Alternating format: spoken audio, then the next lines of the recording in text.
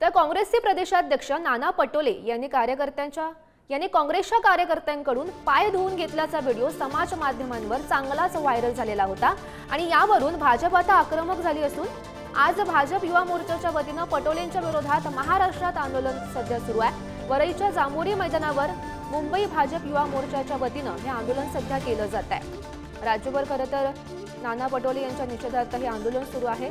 आपण मुंबईतल्या वरईमधून ही दृश्य पाहतोय। जांभोरी मैदानावरती काँग्रेसचे प्रदेशाध्यक्ष नाना पटोले यांच्या विरोधात आंदोलन केलं जातं। युवा मोर्चाचे पदाधिकारी आपल्यासोबत आहेत। आंदोलन करण्यात येते, काय भूमिका आहे नेमकी भाजपची?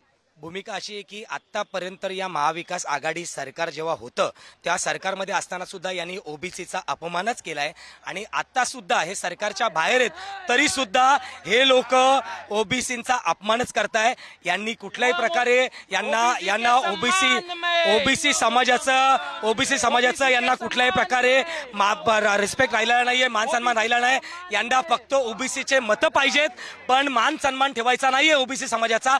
आतापर्यंत जर तुम्ही बघितलं तर महाविकास आघाडी सरकार जेव्हा सरकारमध्ये होतं तेव्हा सुद्धा यांनी वेळोवेळी ओबीसी समाजाच्या बाबतीमध्ये जे काही डिसिजन घेतले ते कुठे ना कुठे ओबीसीचा अपमान करण्यासारखे डिसिजन होते। आणि काल जे काही कृत्य या नाना पटोलेंनी केलं ते कृत्याच्या बाबतीमध्ये जर विचार केला तर हे अतिशय खालच्या पातळीचं कृत्य आहे आणि या कृत्याला माफी नाही आम्हाला वाटतं। नाना पटोलेंवर कारवाई झाली नाही तर भाजपचं पुढचं पाऊल याचं आंदोलन आता आम्ही जे चिखल त्याच्या फोटोला चिखल लावलाय, आम्ही समोर भेटल्यानंतर आम्ही त्याच्या तोंडाला चिखल लावू आणि हे आंदोलन आम्ही पूर्ण महाराष्ट्रभर पेटू। व्हिडिओ जर्नलिस्ट ललित सह मी ओम देशमुख, पुढारी न्यूज, मुंबई।